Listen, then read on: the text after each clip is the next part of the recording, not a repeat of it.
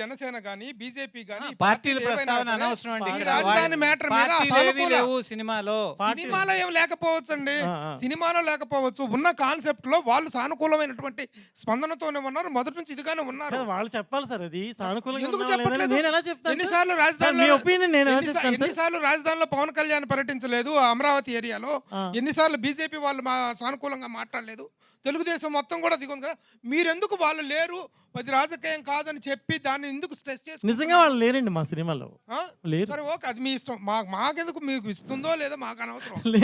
సానుభూతి లేదని చెప్పడం ప్లీజ్ రఘు గారు అర్థం చేసుకోండి. ప్రభు గారు మళ్ళీ కలుద్దాం, రాజకీయంగా వద్దు సార్, ప్లీజ్ కలుద్దాం. అబద్ధాలు చెప్పి మీరు సినిమా చూడండి, మళ్ళీ అడగండి, మళ్ళీ వచ్చి ఇదే రోజు అడగండి. ఓకే, మా వినోద్కి ఇచ్చేయండి, ఎందుకు వచ్చిన కూడా మా డార్లింగ్ ఇచ్చేయండి.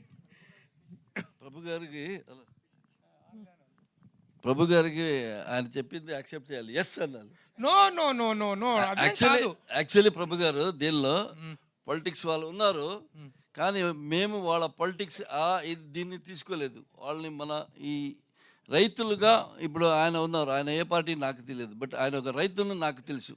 మేము ఆ యాంగిల్ మాత్రం తీసుకున్నాం. కరెక్ట్. మేము ఆయన బీజేపీ కానీ తెలుగుదేశం కానీ ఆయన కాంగ్రెస్, బట్ ఆయన రైతుల సమస్య ఏంటి ఆ యాంగిల్ మాత్రం తీసుకున్నాం. నేను అడుగుతుంది కూడా చూడండి, మీరు ఏ కోణం ఎంతవరకు తీసుకున్నారో దాన్ని మేము కాదంటున్నా.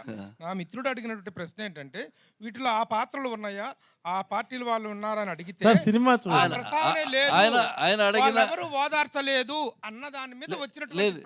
ఆయన క్వశ్చన్ కి ఆన్సర్ ఉంటుంది, అది ఆన్సర్ కొంచెం టెక్నికల్గా చేయాల్సి వస్తుంది. ఎందుకంటే picture is going to release with in 2-3 days. We don't want any confusion. That's the reason we are giving clarity. Okay, మీకేమీ బెదిరింపులు రాలేదు ఈ క్యారెక్టర్ చేస్తున్నందువల్ల? మీరు ఎలాంటి స్టాండ్ తీసుకున్నారు? నేను బెదిరింపు గురించి 1% కూడా ఆలోచన చేయలేదండి. ఎవరో ఎక్కడైనా దొరికినప్పుడు చెప్పారు, ఏంటి సార్ మీరు సీనియర్ యాక్టర్, మీరు యాక్ట్ చేస్తున్నారు. నేను చేయలేదంటే ఇంకొకటి చేస్తాడు, అందుకే నేను చేసేసాను అన్న. అవును, ఎలాగా రవిశంకర్ గారు నేను చేయనంటే కూడా ఇంకొకటి అప్రోచ్ చేస్తారు. సో నేను చేస్తే ఏంటి, one of the same picture will come, అంతే అలా చేసి చెప్పా. But nobody has told me any against about this movie. Ravishankar గారు, సో అంటే పొలిటికల్ టచ్ లేదు, ఓకే.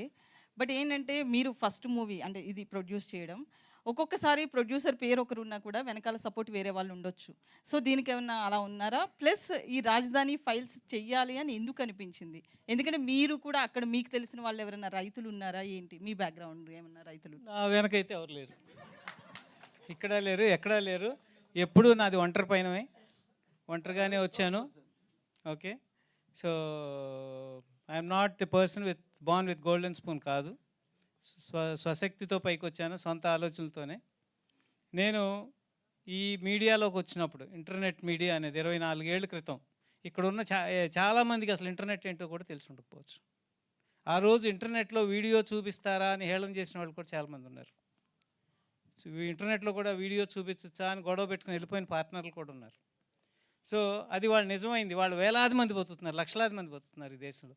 ఇండియాలోనే ప్రప్రథమంగా వీడియో చూపించిన సంస్థ మాది. ఏది 99లో. అప్పటి నుంచి ఈ ప్రయాణం ఇలా కొనసాగుతూ ఇలా వస్తున్నాం.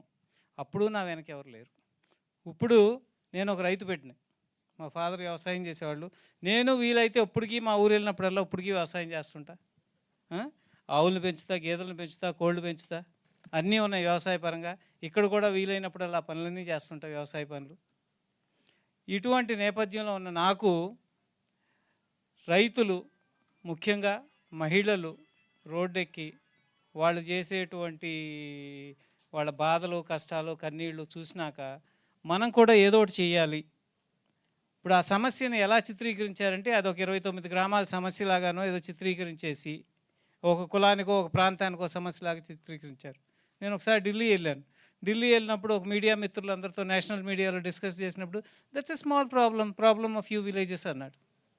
అంటే ఒక మీడియాని ఎలా మ్యానిపులేట్ చేయొచ్చు, మేనేజ్ చేయొచ్చు, ఇవన్నీ చూసి, అంటే నందిగ్రామ్ అనే సమస్య మనం అందరం చూసాం. మనకి అప్పుడు ఉమ్మడి ఆంధ్రప్రదేశ్లో ఉన్న మనకిను వెస్ట్ బెంగాల్కి సంబంధం ఏంటంటే, నందిగ్రామ్ సమస్య గురించి అయ్యో రైతులు వచ్చేస్తున్నారు, క్యాపిటలిస్టులు వచ్చేస్తున్నారు, లాగేసుకుంటున్నారు, వాళ్ళ భూములను స్పందించాల్సిన అవసరం ఏమొచ్చింది ఆ రోజున? చేసిన వాళ్ళం, వాళ్ళు స్వచ్ఛందంగా భూమి ఇచ్చి వాళ్ళు పడుతున్న కష్టాలు, హేళనలు, అవమానాలు ఇవి చూసినా కూడా స్పందించాలి, ఏదో ఒకటి చేయాలని ఒక ఆలోచన వచ్చింది. అలా రూపుదిద్దుకుందే ఈ రాజధాని ఫైల్స్. అంతేగాని మా వెనకుండి ఎవరో ఉండి నడిపించి ఎవరి కోసం చేయాల్సిన అవసరం లేదు నాకు. నేను ఇంకొక విషయం చెప్పాలంటే నేను ఏ పార్టీలో సభ్యుడిని కూడా కాదు ప్రస్తుతానికి. సో అంటే ఏపీ విషయానికి వస్తే కనుక తెలంగాణలో మీకు రిలీజ్ చాలా ఈజీగా ఉంటుంది. ఏపీ విషయానికి వస్తే ఇప్పుడు ప్రజెంట్ ఉన్నదైతే జగన్ పాలన. సో అక్కడ రిలీజ్కి సంబంధించి థియేటర్స్ విషయంలో కావచ్చు ఏమైనా ప్రాబ్లమ్స్ ఉన్నాయా? అంటే సెన్సార్ సర్టిఫికేట్ విషయం గురించి కూడా సెన్సార్లో కొన్ని అబ్జెక్షన్స్ వచ్చినాయి. వస్తే మళ్ళీ దాని మీద మళ్ళీ మేము అప్పీల్కి వెళ్ళాం రివైజింగ్ కమిటీకి. రివైజింగ్ కమిటీ కొన్ని కరెక్షన్స్ చెప్పింది. మేము ఎప్పుడో సెప్టెంబర్లో అప్లై చేసి మొన్న మనకి ఎప్పుడు వచ్చింది డిసెంబర్ వరకు సాగింది. దానికి సంబంధించిన కరెక్షన్స్ అవి ఎక్కడా కూడా ఇది నిజమైనటువంటి పేర్లు కానీ ఏమీ లేకుండా కల్పితమైన పేర్లతో ప్రాంతాలతో ఒక సమస్యను తీసుకున్నాం. మూలం ఒక సమస్య, కానీ దాని చుట్టూ అల్లింది మాత్రం ఒక ఫిక్షనల్ స్టోరీ. ఆ ఫిక్షనల్ స్టోరీని ప్రజెంట్ చేసాం. సో ఉన్నటువంటి ఇబ్బందులన్నీ అధిగమించి ఇవాళ కాదు నేను చెప్పే మొత్తం 2 years, రేపు మార్చికి 2 years అవుతుంది ఈ ప్రాజెక్ట్ మొదలుపెట్టి మేము.